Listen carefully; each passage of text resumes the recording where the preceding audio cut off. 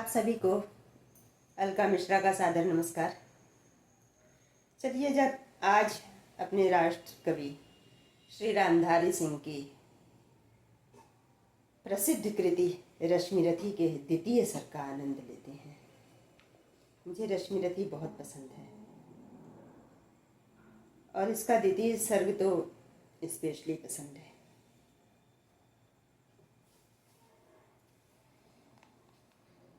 शीतल विरत एक कानन शोभित आदित्यका के ऊपर, शीतल विरत एक कानन शोभित आदित्यता के ऊपर, शीतल विरल एक कानन शोभित आदित्यका के ऊपर, कहीं उत्स प्रस्वरण चमकते झरते कहीं शुभ्र निर्झर, जहाँ भूमि समतल सुंदर है नहीं दिखते हैं पाहन, हरियाली के बीच खड़ा है विस्तृत एक उटज पावन, आसपास कुछ कटे हुए पीले धन खेत सुहाते हैं, शशक मूस गिलहरी कबूतर घूम घूम कड़ खाते हैं, कुछ तंद्रित अलसित बैठे हैं, कुछ करते शिशुका लेहन, कुछ खाते शाकल्य, दिखते बड़े तुष्ट सारे गोधन, हवन अग्नि बुझ चुकी गंध से वायु अभी परमाती है, भीनी भीनी महक प्राण में मादकता पहुंचाती है। कभी आपके यहाँ हवन हुआ हो और वो बुझ जाए अग्नि, तो उसके बाद जो महक फैलती है वातावरण में, वो मुझे बहुत रोमांचित करती है, मुझे बहुत पसंद है। ये उसका वर्णन है। हवन अग्नि बुझ चुकी गंध से वायु अभी परमाती है, भीनी भीनी महक प्राण में मादकता पहुँचाती है, धूप धूप चर्चित लगते हैं तरुके श्याम छदन कैसे, झपक रहे हो शिशु के अलसित कजरारे नैनन जैसे, बैठे हुए सुखद आतप में मृग रोमंथन करते हैं, वन के जीव विवर से बाहर हो विश्रद्ध विचरते हैं, सूख रहे चीवर रसाल की नन्ही झुकी टहनियों पर नीचे बिखरे हुए पड़े हैं इंगुद से चिकने पत्थर, अजिन दर्भ पालाश कमंडलु, एक और तप के साधन, एक और हैं टंगे धनुष तुरीर्ण तीर बरछे भीषण, चमक रहा तृण कुटी द्वार पर एक परशु आभाशाली, चमक रहा तृण कुटी द्वार पर एक परशु आभाशाली, लौह दंड पर जड़ित पड़ा हो मानो अर्ध अंशुमाली, श्रद्धा बढ़ती अजिन दर्भ पर परशु देख मन डरता है, श्रद्धा बढ़ती अजिन दर्भ पर परशु देख मन डरता है, युद्ध शिविर या तपोभूमि यह समझ नहीं कुछ पड़ता है, हवन कुंड जिसका यह उसके ही क्या है ये धनुष कुठार, जिस मुनि की यह श्रुआ उसी की कैसे हो सकती तलवार, आई है वीरता तपोवन में क्या पुण्य कमाने को, या सन्यास साधना में है दैहिक शक्ति जगाने को, मन ने तन का सिद्ध यंत्र अथवा शस्त्रों में पाया है, या कि वीर कोई योगी से युक्ति सीखने आया है, परशु और तप ये दोनों वीरों के ही होते श्रृंगार, क्लीव न तो तप ही करता है न तो उठा सकता तलवार, तप से मनुज दिव्य बनता है, खड्ग विकार से लड़ता है, तन की समर भूमि में लेकिन काम खड्ग ही करता है, किंतु कौन नर तपोनिष्ठ है यहाँ धनुष धरने वाला, एक साथ वज्रा यज्ञाग्नि और असी की पूजा करने वाला, एक साथ यज्ञाग्नि और असी की पूजा करने वाला, कहता है इतिहास जगत में हुआ एक ही नर ऐसा, रूप रण में कुटिल काल समक्रोधी, तप में महासूर्य जैसा, मुख में वेद पीठ पर तर्कस, कर में कठिन कुठार विमल, शाप और शर दोनों ही थे जिस महान ऋषि के संबल, यह कुटीर है उसी महामुनि परशुराम बलशाली का, भृगु के परम पुनीत वंशधर व्रती वीर प्रणपाली का, हाँ वही कर्ण की जांघों पर अपना मस्तक धरकर सोए हैं तरवर के नीचे आश्रम से किंचित हटकर, पत्तों से छन छन कर मीठी धूप माघ की आती है, पत्तों से छन छन कर मीठी धूप माघ की आती है, पड़ती मुनि की थकी देह पर और थकान मिटाती है, कर्ण मुग्ध हो भक्ति भाव में मग्न हुआ सा जाता है। कभी जटा पर हाथ फेरता, पीठ कभी सहलाता है। चढ़े नहीं चींटियां बदन पर, पड़े नहीं तृणपात कहीं। चढ़े नहीं चींटियां बदन पर, पड़े नहीं तृणपात कहीं। कर्ण सजग है उचट जाए, गुरुवर की कच्ची नींद नहीं। वृद्ध देह तप से कृश काया, उस पर आयुध संचालन। हाय पड़ा श्रम भार देव पर, असमय यह मेरे कारण। किंतु वृद्ध होने पर भी अंगों में है क्षमता कितनी। किंतु वृद्ध होने पर भी अंगों में है क्षमता कितनी। और रात दिन मुझ पर दिखलाते रहते ममता कितनी। कहते हैं ओ वत्स पुष्टिकर भोग न तू यदि खाएगा, मेरे शिक्षण की कठोरता को कैसे सह पाएगा। अनुगामी यदि बना कहीं तू, खान पान में भी मेरा सूख जाएगा लहू। सूख जाएगा लहू, बचेगा हड्डी भर ढांचा तेरा। जरा सोच कितनी कठोरता से मैं तुझे चलाता हूँ, और नहीं तो एक पाव दिन भर में रक्त जलाता हूँ। इसकी पूर्ति कहाँ से होगी बना अगर तू सन्यासी। इस प्रकार तो चबा जाएगी तुझे भूख सत्यानाशी। पत्थर सी हो मांसपेशियां, लोहे से भुजदंड अभय। पत्थर सी हो मांसपेशियां, लोहे से भुजदंड अभय। नस नस में हो लहर आग की, तभी जवानी पाती जय। विप्र हुआ तो क्या रखेगा रोक अभी से खाने पर। विप्र हुआ तो क्या रखेगा रोग अभी से खाने पर। कर लेना घनघोर तपस्या वय चतुर्थ के आने पर। ब्राह्मण का है धर्म त्याग, पर क्या बालक भी त्यागी हो। ब्राह्मण का है धर्म त्याग, पर क्या बालक भी त्यागी हो। जन्म साथ शीलोच्छ वृत्ति के ही क्या वे अनुरागी हो। क्या विचित्र रचना समाज की, गिरा ज्ञान ब्राह्मण घर में। क्या विचित्र रचना समाज की, गिरा ज्ञान ब्राह्मण घर में। मोती बरसा वैश्य वेश्म में, पड़ा खड्ग क्षत्रिय कर में। खड्ग बड़ा उद्धत होता है, उद्धत होते हैं राजे। इसीलिए तो सदा बजाते रहते वे रड़के बाजे। और करे ज्ञानी ब्राह्मण क्या, असी विहीन मन डरता है। और करे ज्ञानी ब्राह्मण क्या, असी विहीन मन डरता है। राजा देता मान, भूप का वह भी आदर करता है। सुनता कौन यहाँ ब्राह्मण की, सुनता कौन यहाँ ब्राह्मण की। करते सब अपने मन की, डुबो रही शोणित में भूको। भूपों की लिप्सा रड़ की, और रड़ भी किस लिए, और रड़ भी किस लिए नहीं जग से दुख दैन्य भगाने को। पर शोषक पथ भ्रांत मनुज को नहीं धर्म पर लाने को। रड़ केवल इसलिए कि राजे और सुखी हो मानी हो, और प्रजाएं मिले उन्हें वे और अधिक अभिमानी हो। रड़ केवल इसलिए कि वे कल्पित अभाव से छूट सकें। रड़ केवल इसलिए कि वे कल्पित अभाव से छूट सकें। बढ़े राज्य की सीमा जिससे अधिक जनों को लूट सकें। रड़ केवल इसलिए कि सत्ता बढ़े, नहीं पत्ता डोले। भूपों के विपरीत न कोई कहीं कभी कुछ भी बोले। ज्यों ज्यों मिलती विजय अहम नरपति का बढ़ता जाता है, और जोर से वह समाज के सिर पर चढ़ता जाता है। अब तो है यह दशा कि जो कुछ है वह राजा का बल है। ब्राह्मण खड़ा सामने केवल लिए शंख गंगा जल है। कहाँ तेज ब्राह्मण में अविवेकी राजा को रोक सके। पधरे कुपथ पर जभी पाम वह, तक्षण उसको टोक सके। और कहे भी तो ब्राह्मण की बात कौन सुन पाता है। और कहे भी तो ब्राह्मण की बात कौन सुन पाता है। यहाँ रोज राजा ब्राह्मण को अपमानित करवाता है। चलती नहीं यहाँ पंडित की, चलती नहीं तपस्वी की। जय पुकारती प्रजा रात दिन, राजा जय यशस्वी की। सिर था जो सारे समाज का, वही अनादर पाता है। जो भी खिलता फूल भुजा के ऊपर चढ़ता जाता है। चारों ओर लोभ की ज्वाला, चारों ओर भोग की जय। पाप भार से दबी धसी जा रही धरा पल पल निश्चय। जब तक भोगी भूप प्रजाओं के नेता कहलाएंगे, जब तक भोगी भूप प्रजाओं के नेता कहलाएंगे। त्याग ज्ञान त्याग तप नहीं तपस्या का जब तक पद पाएंगे। ज्ञान त्याग तप नहीं श्रेष्ठता का जब तक पद पाएंगे। असन वसन से हीन दीनता में जीवन धरने वाले, सह कर भी अपमान मनुजता की चिंता करने वाले।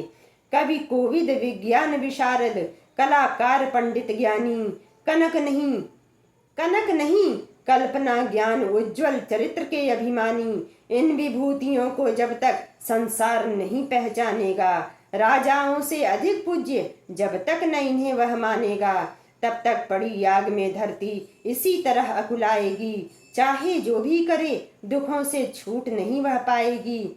थकी जीभ समझाकर गहरी लगी ठेस अभिलाषा को, थकी जीभ समझाकर गहरी लगी ठेस अभिलाषा को। भूप समझता नहीं और कुछ, छोड़ खड्ग की भाषा को। रोक टोक से नहीं सुनेगा, नृप समाज अभिचारी है। ग्रीवा हर निष्ठुर कुठार का यह मदांध अधिकारी है। इसीलिए तो मैं कहता हूँ, अरे ज्ञानियों खड्ग धरो, हर न सका जिसको कोई भी, भूखा वह तुम त्रास हरो। नित्य कहा करते हैं गुरुवर, खड्ग महाभयकारी है। नित्य कहा करते हैं गुरुवर, खड्ग महाभयकारी है। इसे उठाने का जग में हर एक नहीं अधिकारी है। वही उठा सकता है इसको जो कठोर हो कोमल भी, जिसमें हो धीरता वीरता और तपस्या का बल भी। वीर वही है जो कि शत्रु पर जब भी खड्ग उठाता है, मानवता के महागुणों की सत्ता भूल न जाता है। सीमित जो रख सके खड्ग को, पास उसी को आने दो। विप्र जाति के सिवा किसी को मत तलवार उठाने दो। जब जब मैं शरचाप उठाकर करतब कुछ दिखलाता हूँ, सुनकर आशीर्वाद देव का धन्य धन्य हो जाता हूँ। जियो जियो ऐ वत्स, तीर तुमने कैसा यह मारा है। जियो जियो ऐ वत्स, तीर तुमने कैसा यह मारा है। दहक उठा वन उधर इधर, फूटी निर्झर की धारा है। मैं शंकित था ब्राह्मवीरता मेरे साथ मरेगी क्या। परशुराम की याद विप्र की, जाति न जुगा धरेगी क्या। पाकर तुम्हें किंतु इस वन में मेरा हृदय हुआ शीतल। तुम अवश्य ढोगे उसको, मुझ में है जो तेज अनल।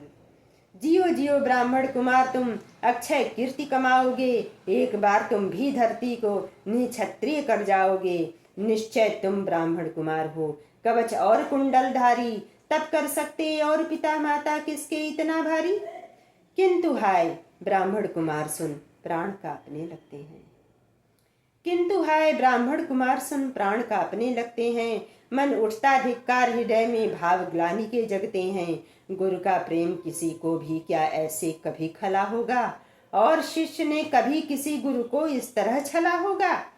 पर मेरा क्या दोष, हाय मैं और दूसरा क्या करता। पी सारा अपमान द्रोण के मैं कैसे पैरों पड़ता, और पांव पड़ने से भी क्या गूढ़ ज्ञान सिखलाते वे। एकलव्य सा नहीं अंगूठा क्या मेरा कटवाते वे। हाय कर्ण तू क्यों जन्मा था, हाय कर्ण तू क्यों जन्मा था। जन्मा तो क्यों वीर हुआ, कवच और कुंडल भूषित भी तेरा अधम शरीर हुआ। धस जाए वह देश अतल में, गुण की जहां नहीं पहचान। जाति गोत्र के बल से ही आदर पाते हैं जहां सुजान। नहीं पूछता है कोई तुम व्रती वीर या दानी हो, नहीं पूछता है कोई तुम व्रती वीर या दानी हो। सभी पूछते मात्र ही तुम किस कुल के अभिमानी हो। मगर मनुज क्या करे जन्म लेना तो उसके हाथ नहीं, मगर मनुज क्या करे जन्म लेना तो उसके हाथ नहीं। चुनना जाति और कुल अपने बस की तो है बात नहीं। मैं कहता हूँ अगर विधाता नर को मुट्ठी में भरकर कहीं छीट दे ब्रह्मलोक से ही नीचे भूमंडल पर,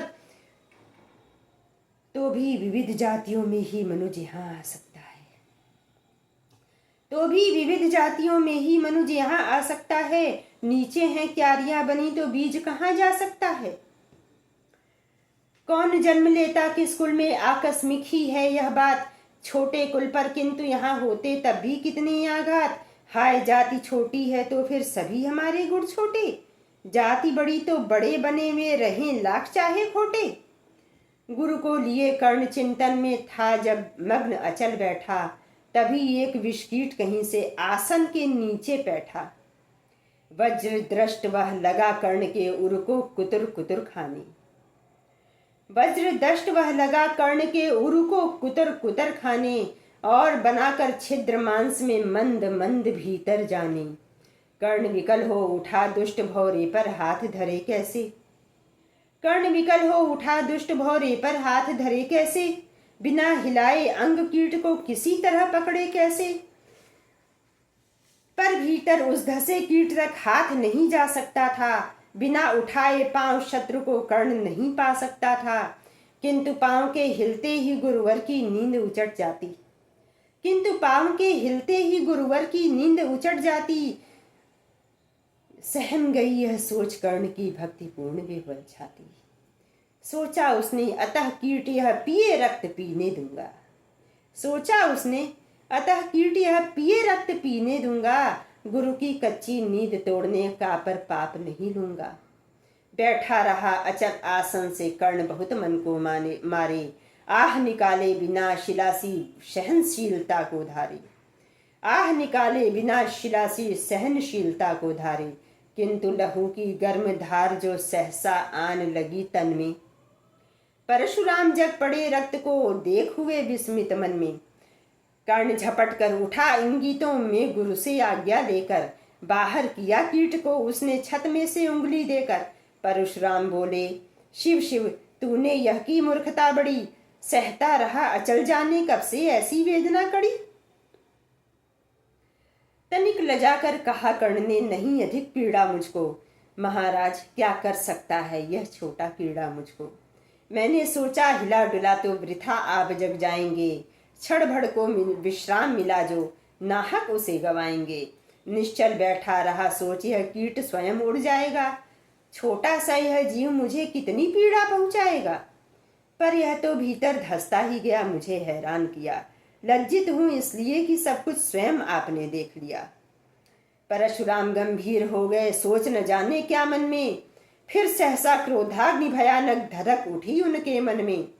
दांत पीस आंखें तरेर कर बोले, कौन छली है तू, ब्राह्मण है या और किसी अभिजन का पुत्र बलि है तू। सहनशीलता को अपना कर ब्राह्मण कभी न जीता है, किसी लक्ष्य के लिए नहीं अपमान हलाहल पीता है। सह सकता जो कठिन वेदना, पी सकता अपमान वही, बुद्धि चलाती जिसे तेज का कर सकता बलिदान वही। तेज पुंज ब्राह्मण तिल तिल कर जले, नहीं यह हो सकता। तेज पुंज ब्राह्मण तिल तिल कर जले, नहीं यह हो सकता। किसी दशा में भी स्वभाव अपना वह कैसे खो सकता। कसक भोगता हुआ विप्र निश्चल कैसे रह सकता है। इस प्रकार की चुभन वेदना क्षत्रिय ही सह सकता है। तू अवश्य क्षत्रिय है पापी, बता न तो फल पाएगा। परशुराम के कठिन साप से अभी भस्म हो जाएगा। क्षमा क्षमा हे देव दया में गिरा कर्ण गुरु के पद पर। क्षमा क्षमा हे देव दया में गिरा कर्ण गुरु के पद पर। मुख विवर्ण हो गया, अंग कांपने लगे भय से थर थर। सूत पुत्र मैं शूद्र कर्ण हूँ, करुणा का अभिलाषी हूँ। जो भी हूँ पर देव आपका अनुचर अंतेवासी हूँ। छली नहीं मैं हाय, किंतु छल का ही तो यह काम हुआ। आया था विद्या संचय को, किंतु व्यर्थ बदनाम हुआ। बड़ा लोभ था बनूं शिष्य में, कार्तिवीर के जेता का। तपोदीप्त शूरमा विश्व के, नूतन धर्म प्रणेता का। पर शंका थी मुझे, सत्य का अगर पता पा जाएंगे, महाराज मुझ सूत पुत्र को कुछ भी नहीं सिखाएंगे। बता सका मैं नहीं इसी से प्रभो जाति अपनी छोटी। बता सका मैं नहीं इसी से प्रभो जाति अपनी छोटी। करें देव विश्वास भावना और न थी कोई खोटी। पर इतने से भी लज्जा में हाय गड़ा सा जाता हूँ। मारे बिना हृदय में अपने आप मरा सा जाता हूँ। छल से पाना मान जगत में किलविश है, मल ही तो है। ऊंचा बना आपके आगे, सचमुच यह छल ही तो है। पाता था सम्मान आज तक दानी व्रती बलि होकर। अब जाऊंगा कहाँ स्वयं गुरु के सामने छली होकर। करें भस्म ही मुझे देव, सम्मुख है मस्तक नत मेरा। एक कसक रह गई नहीं पूरा जीवन का व्रत मेरा। एक कसक रह गई नहीं पूरा जीवन का व्रत मेरा। गुरु की कृपा शाप से जलकर अभी भस्म हो जाऊंगा। पर मदांध अर्जुन का मस्तक देव कहाँ मैं पाऊंगा। यह तृष्णा यह विजय कामना मुझे छोड़ क्या पाएगी। प्रभु अतृप्त वासना मरे पर भी मुझको भरमाएगी। दुर्योधन की हार देवता कैसे सहन करूंगा मैं। अभय देख अर्जुन को, मरकर भी तो रोज मरूंगा मैं। परशुराम का शिष्य कर्ण पर जीवन दान न मांगेगा, बड़ी शांति के साथ चरण को पकड़ प्राण निज त्यागेगा। प्रस्तुत हूं दे शाप, किंतु अंतिम सुख तो यह पाने दें, इन्हीं पाद पद्मों के ऊपर मुझको प्राण गंवाने दें। लिपट गया गुरु के चरणों से विकल कर्ण इतना कहकर, दो कड़िकाएं गिरी अश्रु की गुरु की आंखों से बहकर। बोले हाय कर्ण, तू ही प्रतिभट अर्जुन का नामी है, निश्चल सखा धात राष्ट्रों का विश्व विजय का कामी है। अब समझा किस लिए रात दिन तू वैसा श्रम करता था, मेरे शब्द शब्द को मन में क्यों सीपी सा धरता था। देखे अगणित शिष्य द्रोण को भी करतब कुछ सिखलाया, पर तुझ सा जिज्ञासु आज तक कभी नहीं मैंने पाया। तूने जीत लिया था मुझको निज पवित्रता के बल से, क्या था पता लूटने आया है कोई मुझको छल से। किसी और पर नहीं किया वैसा स्नेह मैं करता था, सोने पर भी धनुर्वेद का ज्ञान कान में भरता था। नहीं किया कार्पण्य दिया जो कुछ था मेरे पास रतन, तुझ में निज को सौंप शांत हो अभी अभी प्रमुदित था मन। पापी बोल अभी भी मुझसे, तू न सूत रथ चालक है, परशुराम का शिष्य विक्रमी विप्रवंश का बालक है। सूत वंश में मिला सूर्य सा कैसे तेज प्रबल तुझको, किसने लाकर दिए कहां से कवच और कुंडल तुझको।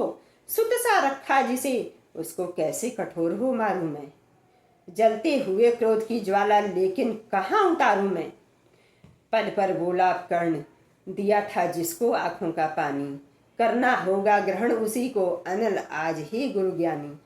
बरसाइए अनल आंखों से सिर पर उसे संभालूंगा, बरसाइए अनल आंखों से सिर पर उसे संभालूंगा। दंड भोग जलकर मुनि सत्तम, छल का पाप छुड़ा लूंगा। परशुराम ने कहा कर्ण, तू बेज नहीं मुझको ऐसे। परशुराम ने कहा कर्ण, तू बेज नहीं मुझको ऐसे, तुझे पता क्या सता रहा है मुझको असमंजस कैसे। पर तूने छल किया दंड उसका अवश्य ही पाएगा, परशुराम का क्रोध भयानक निष्फल कभी न जाएगा। मान लिया था पुत्र इसी से प्राण दान तो देता हूँ, पर अपनी विद्या का अंतिम चरम तेज हर लेता हूँ। मान लिया था पुत्र इसी से प्राण दान तो देता हूँ, पर अपनी विद्या का अंतिम चरम तेज हर लेता हूँ। सिखलाया ब्रह्मास्त्र तुझे जो काम नहीं वह आएगा, है यह मेरा शाप समय पर उसे भूल तू जाएगा। कर्ण विकल हो खड़ा हुआ कह, हाय किया यह क्या गुरुवर, दिया शाप अत्यंत निदारुण, लिया नहीं क्यों जीवन क्यों हर। वर्षों की साधना साथ ही प्राण नहीं क्यों लेते हैं, अब किस सुख के लिए मुझे धरती पर जीने देते हैं। परशुराम ने कहा कर्ण, यह शाप अटल है सहन करो, जो कुछ मैंने कहा उसे सिर पर ले सादर वहन करो। इस महेंद्रगिरी पर तुमने कुछ थोड़ा नहीं कमाया है, मेरा संचित निखिल ज्ञान तूने मुझसे ही पाया है। रहा नहीं ब्रह्मास्त्र एक, इससे क्या आता जाता है, एक शस्त्र बल से नवीर कोई सब दिन कहलाता है। नई कला नूतन रचनाएं, नई सूझ नूतन साधन, नए भाव नूतन उमंग से वीर बने रहते नूतन। नई कला नूतन रचनाएं, नई सूझ नूतन साधन, नए भाव नूतन उमंग से वीर बने रहते नूतन। तुम तो स्वयं दीप्त पौरुष हो, कवच और कुंडलधारी, इसके रहते तुम्हें जीत पाएगा कौन सुभट भारी। अच्छा लोवर भी कि विश्व में तुम महान कहलाओगे, भारत का इतिहास कीर्ति से और धवल कर जाओगे। अब जाओ लो विदा वत्स, कुछ कड़ा करो अपने मन को, रहने देते नहीं यहाँ पर हम अभिशप्त किसी जन को। हाय छीनना पड़ा मुझी को दिया हुआ अपना ही धन, सोच सोच यह बहुत विकल हो रहा नहीं जाने क्यों मन। व्रत का पर निर्वाह कभी ऐसे भी करना होता है, व्रत का पर निर्वाह कभी ऐसे भी करना होता है, इस कर से जो दिया उसे उस कर से हरना होता है। अब जाओ तुम कर्ण कृपा करके मुझे निसंग करो, अब जाओ तुम कर्ण कृपा करके मुझको निसंग करो। देखो यो मत यो सजल दृष्टि से व्रत मेरा मत भंग करो। आह बुद्धि कहती कि ठीक था जो कुछ किया, परंतु हृदय मुझसे कर विद्रोह तुम्हारी मना रहा जाने क्यों जय। अनायास गुणशील तुम्हारे मन में उगते आते हैं, भीतर किसी अश्रु गंगा में मुझे बोर नहलाते हैं। जाओ जाओ कर्ण मुझे बिल्कुल असंग हो जाने दो, जाओ जाओ कर्ण मुझे बिल्कुल असंग हो जाने दो। बैठ किसी एकांत कुंज में मन को स्वस्थ बनाने दो। भय है तुम्हें निराश देख छाती कहीं न फट जाए, फिरा न लूं अभिशाप पिघल कर वाड़ी नहीं उलट जाए। इस प्रकार कह परशुराम ने फिरा लिया आनन अपना, जहां मिला था वहीं कर्ण का बिखर गया प्यारा सपना। छूकर उनका चरण कर्ण ने अर्घ्य अश्रु का दान किया, और उन्हें जी भर निहार कर मंद मंद प्रस्थान किया। परशुराम के चरण की धूलि लेकर, उन्हें अपने हृदय की भक्ति देकर, निराशा से विकल टूटा हुआ सा, किसी गिर श्रृंग से छूटा हुआ सा, चला खोया हुआ कर्ण मन में, जैसे चांद चलता हो गगन में।